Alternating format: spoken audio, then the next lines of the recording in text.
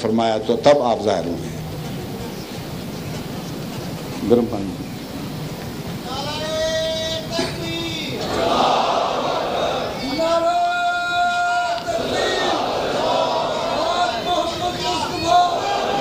مگر کیوں ظاہر ہوئے؟ جزاکم اللہ، میرے گلے پہ رحم کرنے کا شکریہ، مگر اپنے گلے پہ بھی رحم کریں۔ یہ سمجھتے ہیں میرا گلا اب خشک ہو رہا ہے تو نعرے لگا کر مجھے موقع دے دیں تھوڑا سا۔ شکریہ بہت بہت۔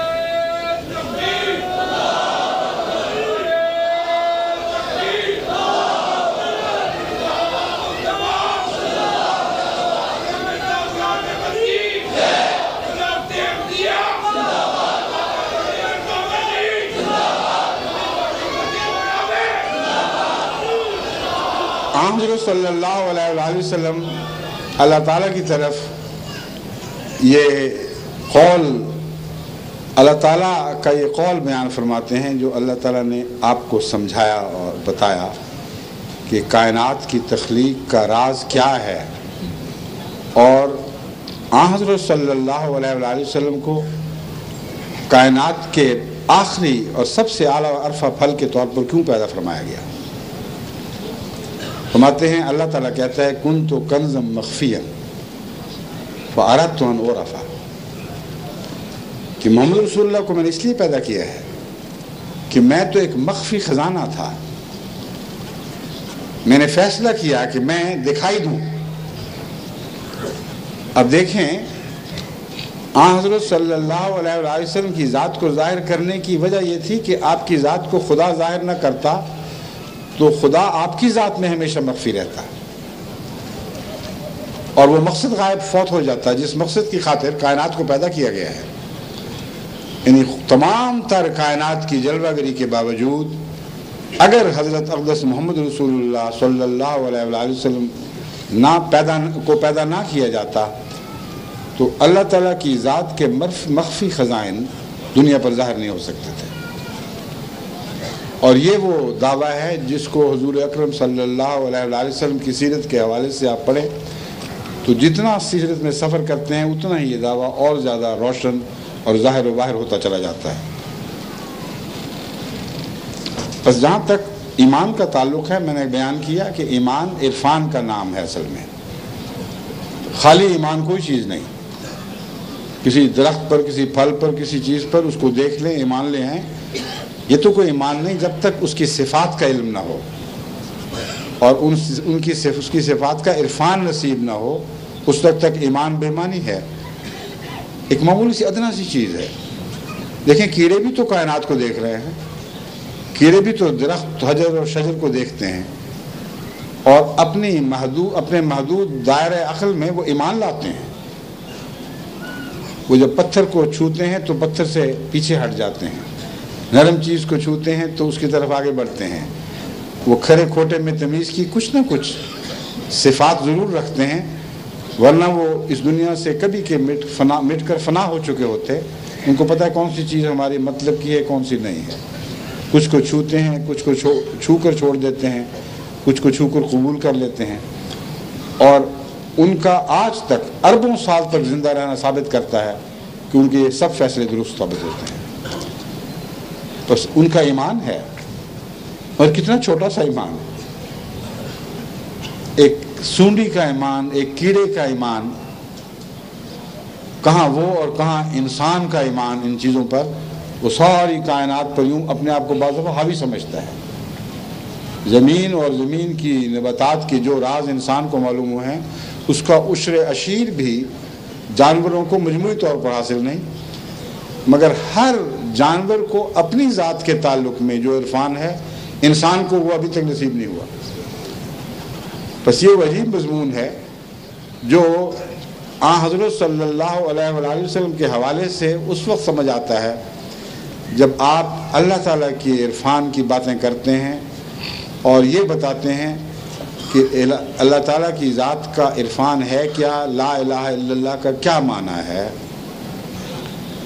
اس ضمن میں حضور اکرم نے فرمایا کہ افضل و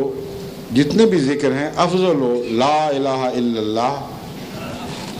لا الہ الا اللہ کہنا سب سے افضل ہے، مگر کس میں سے؟ فرماتے ہیں ایمان کی کچھ اوپر 70 شاخیں ہیں، اور ان شاخوں میں سب سے افضل شاخ یہ اقرار ہے کہ اللہ کے سوا اور کوئی معبود نہیں، اور ایمان کی جتنی باقی شاخیں ہیں وہ انسان کی صفات حسنہ کی صورت میں ظاہر ہوتی ہیں اور اس کے روزمرہ کے افعال سے اور وہ نمودار ہوتی ہیں، ورنہ وہ اس کی ذات میں چھپی رہتی ہیں۔ جو سب سے ادنا چیز بیان فرمائی وہ یہ ہے کہ تکلیف دہ چیزوں کو رستوں سے ہٹا دینا، اور پھر فرمایا حیا بھی تو ایمان کی ایک شاخ ہے، یعنی آخر پر حیا کو نمایاں کرنے کے لیے فرمایا۔ اب دیکھیں حیا اور رستوں سے چیزوں کو ہٹا دینے کا ایمان سے کیا تعلق ہے؟ حیا تو ایک طبیعی سی چیز ہے، اور رستوں سے بری چیزوں کو ہٹا دینا عام روزمرہ کے نیک لوگوں میں یہ بات پائی جاتی ہے کہ وہ ہٹا دیا کرتے ہیں، مگر ایمان سے یہ تعلق ہے کہ آن حضرت صلی اللہ علیہ وسلم کا ادنا سا خیر کا فعل بھی اللہ کے حوالے کے بغیر نہیں تھا۔ بعض رستوں سے چیزوں کو ہٹاتے ہیں، ٹھوکر مار کے ایک طرف کر دیتے ہیں، ان کے دماغ کے کسی گوشے میں بھی یہ خیال نہیں آتا کہ اللہ اپنے بندوں کے لیے بھلائی چاہتا ہے، میں بھی اللہ کی طرح اس کے بندوں کی بھلائی کروں۔ بس ایک ہی فعل ایک انسان کی ٹھوکر بھی بن جاتا ہے اور ایک انسان کے اعلیٰ خلق پر گواہ بھی ہو جاتا ہے۔ بس آن حضرت صلی اللہ علیہ وسلم جو خلق عظیم پر واقع ہوئے، عظیم ایک ایسا لفظ ہے جو ہر چیز پر حاوی ہوتا ہے، بس آن حضور کا خلق ہر انسانی صفت پر حاوی تھا، ہر انسانی ضرورت پر حاوی تھا، کوئی ادنا سی ضرورت بھی اس خلق کی نظر سے کے دائرے سے الگ نہیں رہی۔ بس لا الہ الا اللہ آپ کا سب سے بڑا خلق تھا، غیر اللہ کی نفی کرنا آپ کا سب سے بڑا خلق تھا، اور صفات حسنہ کو اپنانا اس باریکی کے ساتھ کہ معمولی سی چیزیں جو انسان کے لیے نقصان کا موجب ہو سکتی ہیں ان کو بھی دور کر دیں۔ یہ دو انتہاؤں کا ذکر فرمایا ہے، اس کے درمیان جو وسیع خلق کا مضمون ہے، آن حضرت صلی اللہ علیہ وسلم ہر اس کے باریک پہلو پر پوری طرح ایک شاہ سوار کی طرح قائم تھے۔ قدم صدق تھا آپ کا۔ اخلاق حسنہ پر ہونے کا مطلب یہ ہے کہ جیسے ایک شاہ سوار گھوڑے کو قابو میں رکھتا ہے، اسی طرح آپ اپنے اخلاق پر قابو پائے ہوئے تھے، اور یہ بھی ایک مضمون ہے جو آپ کو سمجھنا چاہیے۔ اگر طبیعت کی نرمی ہے اور وہ جا بے جا نرمی کی صورت میں ظاہر ہوتی ہے تو اس کو خلق عظیم نہیں کہا جا سکتا، اعلیٰ خلق عظیم بہرحال نہیں کہا جا سکتا۔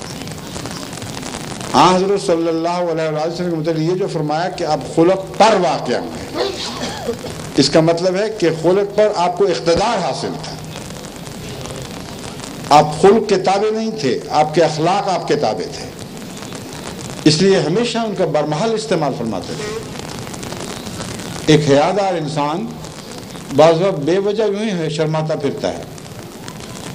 اور کوئی بات اسے کام کی پوچھیں تو آگے سے شرما کے جھجک کے نیچے کر لیتا ہے۔ بعض مائیں کہتی ہیں میرے بچے کی تو یہی مصیبت ہے، کبھی امتحان کبھی انٹرویو دے تو اس لیے ناکام ہو جاتا ہے کہ جواب دینے سے بھی شرما جاتا ہے۔ اب یہ خلق عظیم تو نہیں ہے، کیونکہ اس کو حیا پر عبور حاصل نہیں ہے۔ آن حضرت صلی اللہ علیہ وسلم کو اپنے اخلاق پر عبور حاصل تھا، اور تب وہ اخلاق بنتے ہیں اگر اخلاق پر عبور ہو۔ حضرت عائشہ رضی اللہ تعالیٰ عنہ بیان فرماتی ہیں کہ حضور اکرم صلی اللہ علیہ وسلم تو اتنے نرم دل واقع ہوئے تھے، نرم خو تھے کہ آپ نے کبھی زندگی بھر کسی کو نہیں مارا، نہ کسی عورت کو نہ کسی خادم کو،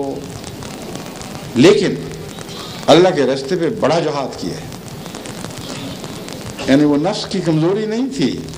جو دل کی نرمی تھی۔ جب غیروں کا مضمون آیا تو اشداء علی الکفار بن کے ظاہر ہوئے، اتنے مضبوط